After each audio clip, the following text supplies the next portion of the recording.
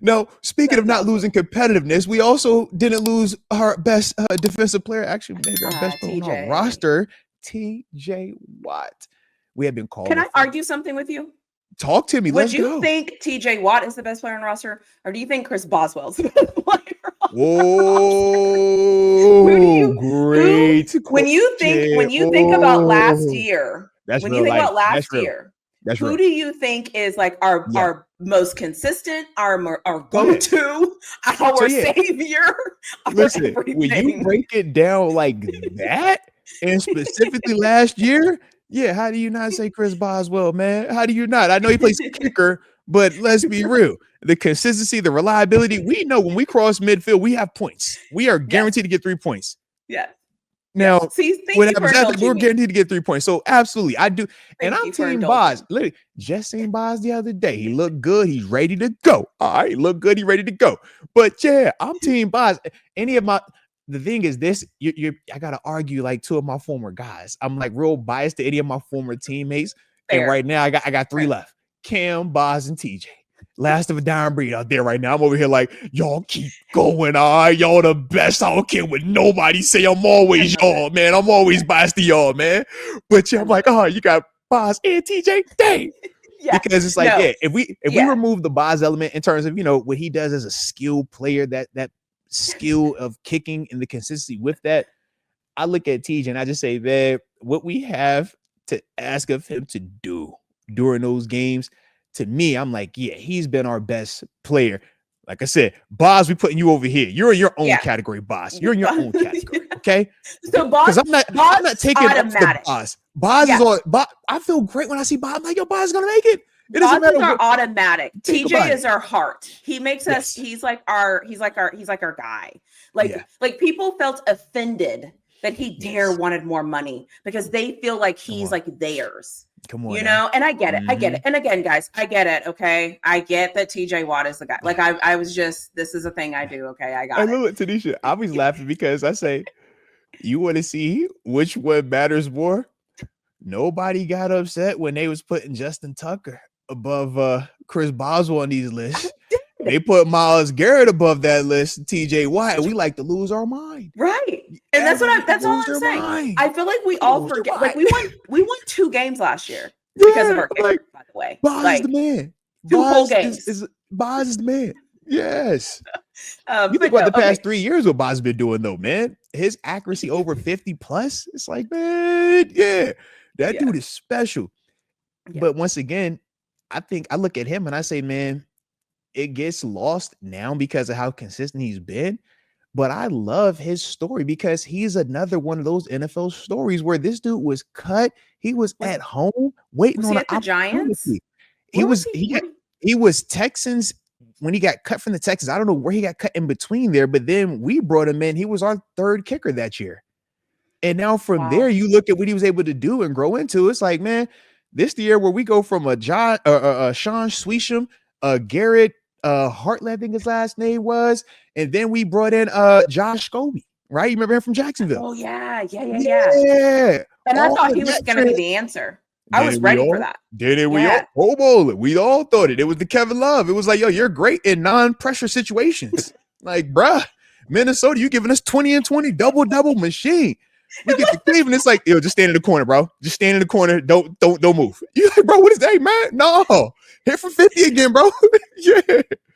We all remember that Ravens game. Vic starts Baltimore Ravens game. We like, bro, you really missed 3 field goals, bro, within 30 yards, within 40 yards right now, bro. Oh, yeah. Yeah. Come on now. Yeah.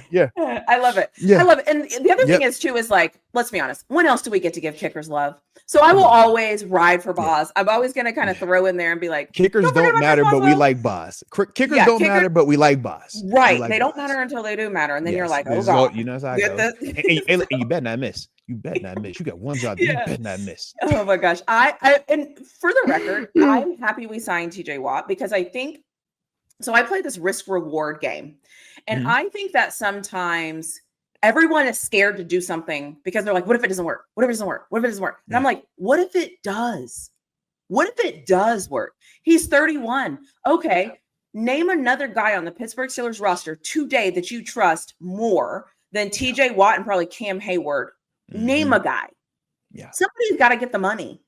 Give it to TJ. Make him happy. What if he turns it up a notch? What if he's bad? Okay. Like, what do you want? So I feel like so many times, like, we don't, and I think as people, we do this too, right? We live in our fear of what could happen, how bad it could be. It could be bad. It could be embarrassing. It could suck. And people are like, well, TJ's washed. He's old. He's this. And I'm like, oh, that can be true. And still pay the man because we're not paying quarterback right now. So just pay him. I think the other part too is like you just said, a lot of people, especially in this time frame, because you're projecting when you get the contract, right? Is this a good deal? Because what is it going to look like 3 years from now? Right. Well, it's like, well, shoot, we don't know what 3 years from now looks like, but what we do know is what this dude has done since he's been in the league. We do know what this dude has done when he's been healthy. We do know what this dude has done even on his quote unquote down year, 11 and a half sacks. Right. You start looking at your favorite pass rushers of all time. You start looking at your Steelers' favorite pass rushers of all time. And just look at how many times they've had 11 and a half or more sack seasons. And then you look at what TJ Watt is doing on a down year. It's like, yo, this dude is not anything that we have seen, man. So to act as if, well, you can't pay him that much. You've never had a pass rusher that's had 100 career sacks before in the history of the organization. Period. Joey Porter is the closest with 99 and a half, and he has 20 of those from a Miami and Arizona. So it's like you can't treat TJ like he's a regular dude when he's not. Exactly. And I'm like, man, the last time you paid him, what did he do? Went out there, tied the sack record, went out there, defensive player of the year, went out there. It was absolutely just destroying people week in and week out. Why should that change? That's how I'm looking at this thing. That doesn't have to change. And pass rushers are definitely playing 34, 35. That's the other part of it. That's true too. I don't see anything that makes me feel like, man, this dude's game is going to fall off a cliff. He's going to forget how to rush the passer. No, in fact, I look at the fact that we even brought in a Jag Sawyer along with the Nick Herbert, and I say that prolongs TJ. Because now, okay, maybe TJ doesn't have to stay on the field every single time because you got a young guy that can go out there and give him a break or two. And now, instead of him having to play 80 snaps, maybe he's only playing 60 snaps. And what if those 60, though, are his best 60 we talking about versus 60 dominant ones, 10, and then you got 10 where you're like, hey, bro, where are you at? And those 10 where you at happened in the fourth quarter.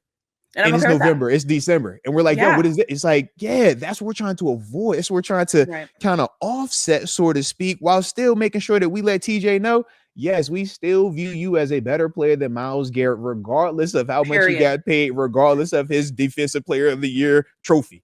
We know you're the guy.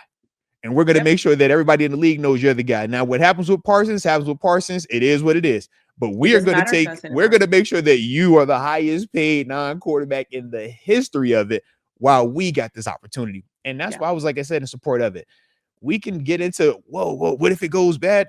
And then I'll hit you with what if it goes good? That's what I always say. We always are like, what if it messes up? What if it's wrong? What if he doesn't get 10 sacks? Well, what if he gets 23 and a half? What if he does that? Then what are we saying? We never don't tell me he can't because he already done it. My thing too, I've been telling people, tell me who else you wanted the Steelers to pay then. Yeah. Tell me. Name 2 guys. You can't. Yeah. That's TJ, man. So it's TJ Watt. Again, we feel like he belongs to us, right? Because as fans, that's how we are. He's our guy. Yeah. He's our program. He's our guy. Yeah. And it is what it is. They paid him. Good for him. Good for him. So they said we want happy TJ. We don't want TJ worried like, yo, he's not practicing, he's not talking to nobody, he's not showing up. Like that's not what you want. That is not what you want. So I also, again, though, unprecedented, like again, the Steelers, and I just shout out to us because every time we go to scheduling something, here comes a move. We go to schedule something, here comes Aaron Rodgers. We go to schedule something, here comes a big old move we're losing Minka, we're gaining Jalen Ramsey.